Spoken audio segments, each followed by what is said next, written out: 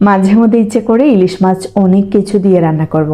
আরও কিছুটা মশলাপাতি অ্যাড করে নেব।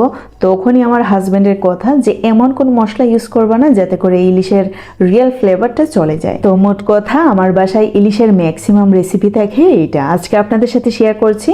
তো আমি প্রথমেই তেল দিয়ে দিলাম, একটু বেশি পরিমাণেই তেল দিলাম। 1 কাপ পরিমাণে পেঁয়াজ কুচি দিয়ে দিলাম, প্রায় 3 থেকে 4 টেবিল চামচ পরিমাণে রসুন কুচি দিয়ে দিলাম। এখন এগুলোকে ভেজে নেব হালকা ব্রাউন কালার হওয়ার আগ পর্যন্ত। যখন থেকে এই কালার হয়ে আসবে তখনই অ্যাড করে নিচ্ছি কিছু মশলা। কাঁচামরিচ দিয়ে দিচ্ছি, 1 টেবিল চামচ পরিমাণে মরিচের গুঁড়ো দিয়ে দিচ্ছি, 1 টেবিল চামচ পরিমাণে হলুদের গুঁড়ো, লবণ দিয়ে দিলাম স্বাদ মতো। এখন খুব ভালো করে মিক্স করে নিচ্ছি। এইখানে আমি কোনো পানি ইউজ করব না। আমি সাজেস্ট করব আমার রেসিপি ফলো করে যদি আপনারা তৈরি করেন অবশ্যই পানি ইউজ করবেন না, তেল একটু সামান্য পরিমাণে বেশি ইউজ করতে পারেন। তো যখন মশলাটা হালকা কষিয়ে যাবে তখনই আমি মাছের টুকরোগুলো ঠিক এইরকম ওয়েতে দিয়ে দিলাম, আর চুলার আগুন একদমই লো ফ্লেমেতে রেখে 5 মিনিটের মতো ঢাকনা দিয়ে রাখলাম। তো দেখতে পাচ্ছেন 5 মিনিট পর মাছগুলো কিন্তু অনেকটাই নরম হয়ে গেছে। আমি একটি হাতাবাড়ির সাহায্যে ভেঙে নিচ্ছি। ভেঙে নেওয়ার মধ্যে যে বড় বা ছোট কাঁটাগুলো আপনাদের চোখে লাগবে সেই কাঁটাগুলো আপনারা তুলে ফেলে দিতে পারেন, তাতে করে অনেক সুবিধা হয়। তো আমি খুব ভালো করে ভেঙে নেওয়ার পর আবারও ঢাকনা দিয়ে ঢেকে দিচ্ছি প্রায় 3 থেকে 4 মিনিটের জন্য। তারপর আমাদের আর ঢাকনা ইউজ করতে হবে না, এমনিতেই হবে। একদমই ফ্রাই করে নেব। যদি ছোট ছোট কাটা থাকেও সেইগুলো কিন্তু একদমই ফ্রাই হয়ে যাবে।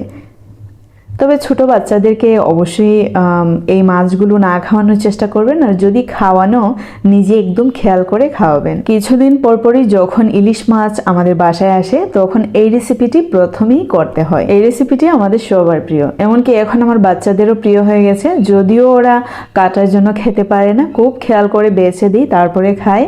এইখানে ছিল ছোট সাইজের 2টো ইলিশ মাছ। এর মাথা এবং লেজ আমি কাঁচকলা দিয়ে আলাদা রান্না করেছি, আর মধ্যখানের পোর্শনটা ঠিক এইভাবে রান্না করি। আমি সবসময় মধ্যখানের পোর্শনটা এরকম রান্না করে থাকি। আপনারা যদি আমার চ্যানেলটা বা পেজটা সার্চ করেন আশা করি এইরকম আরো অনেক রেসিপি পেয়ে যাবেন। একটা মজার কথা শেয়ার করছি, যখন আমি এই রেসিপিটি করি তখন আমার মনে হয়েছে যে ফ্রাই করে একটু সরিষা টরিষা দিয়ে ভুনা করে নেব।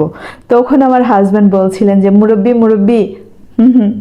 মানে এক্সট্রা কোনো মশলা ইউজ করতে হবে না, আপনাকে ওগুলো একদম ভর্তার মতো করে ঝুরি বা বসি করে নিতে হবে। আমাদের সিলেটি ভাষায় ওইগুলাকে বসি বলি, যে ইলিশ মাছের বসি বা মাছের বসি, যাই হোক মানে ভাঙ্গা টাঙ্গা রান্দা আর কি, ওই রকম।